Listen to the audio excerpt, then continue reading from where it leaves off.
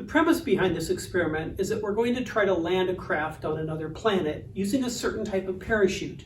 And our parachutes are shaped like cones. So by dropping this, we're going to descend a spacecraft using this cone-shaped chute. What we want to do is find the ideal cone to build. How many degrees of angle should we remove from a full circle in order to create the cone that will descend the spacecraft in the most stable and slow fashion possible? So for example, if I just drop a circle of paper, let's watch what it does. We can see it's very unstable. It turned upside down a couple of times on the way down, but it was rather slow. So what we're going to do is cut this along this line here and then form it into a cone and drop it from a height of 2 meters and time it. But we're going to do this with many different examples. In one, we're going to remove 10 degrees of the circle to make a cone, then 20 degrees, then 30, and so on, up to 140 degrees. And we will time these as they drop. So let's begin our data collection with this one, which is a complete circle of 360 degrees. 0 degrees have been removed. The top of my whiteboard right here, where this gray border is exactly 2 meters from the floor. So it's a nice reference point. So I'm going to drop it, and you can time to see how long it takes this to hit the floor. So here we go. I'll try to get out of its way. There, it hit. You might even hear the sound that it makes when it hits and use that as your guide. So that was 0 degrees.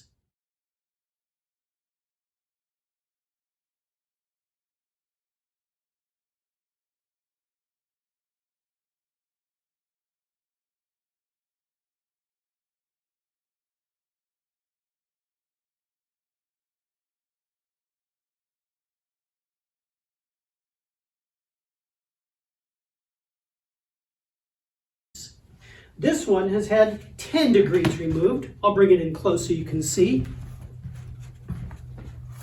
I have taped that so that this edge here has hit the 10-degree marker. There's my 20, there's my 30, there's my 40.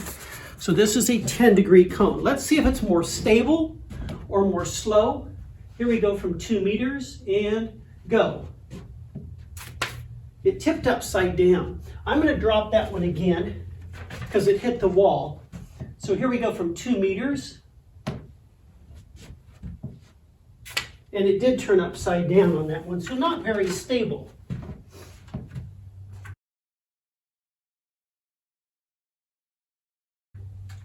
Here's my 20-degree cone, meaning 20 degrees of the full circle have been removed. It's a 340-degree arc.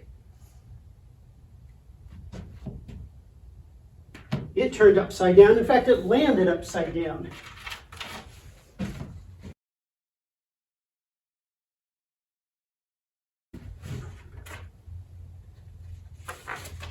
This one is 30 degrees. Landed upside down again.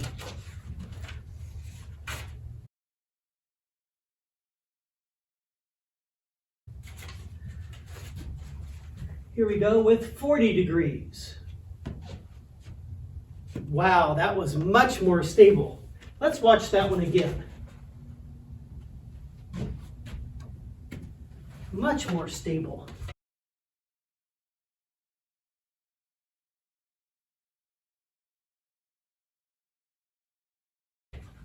Here's 50 degrees. Will that be better than 40?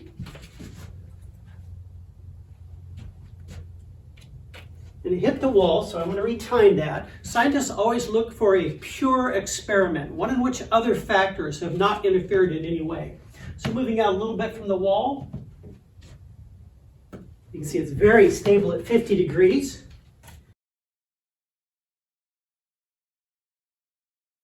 So the more we remove, the more it becomes stable. Is that always true? Or is there an ideal segment to remove? 60 degrees.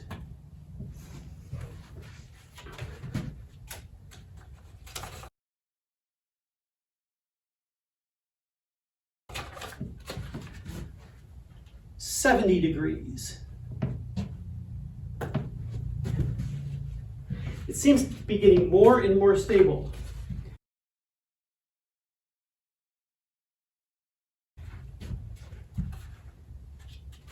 80 degrees. But it appears to me to be going faster. I'm not timing it, you are. Here's 90 degrees. So this is a 3/4 circle. 90 degrees. Very, very stable.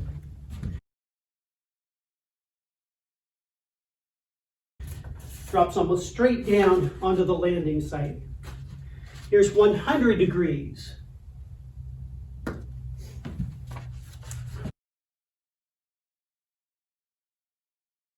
110 degrees.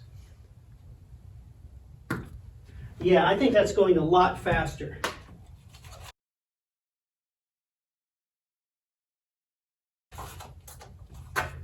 $120 degrees.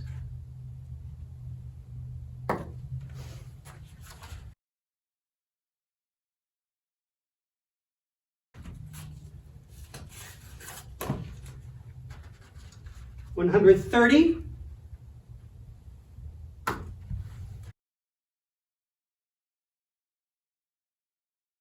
And lastly, 140 degrees. All right, let's gather our data and see what we've learned. What cone is the most stable? What cone provides the slowest descent? What cone provides the best balance between those two factors?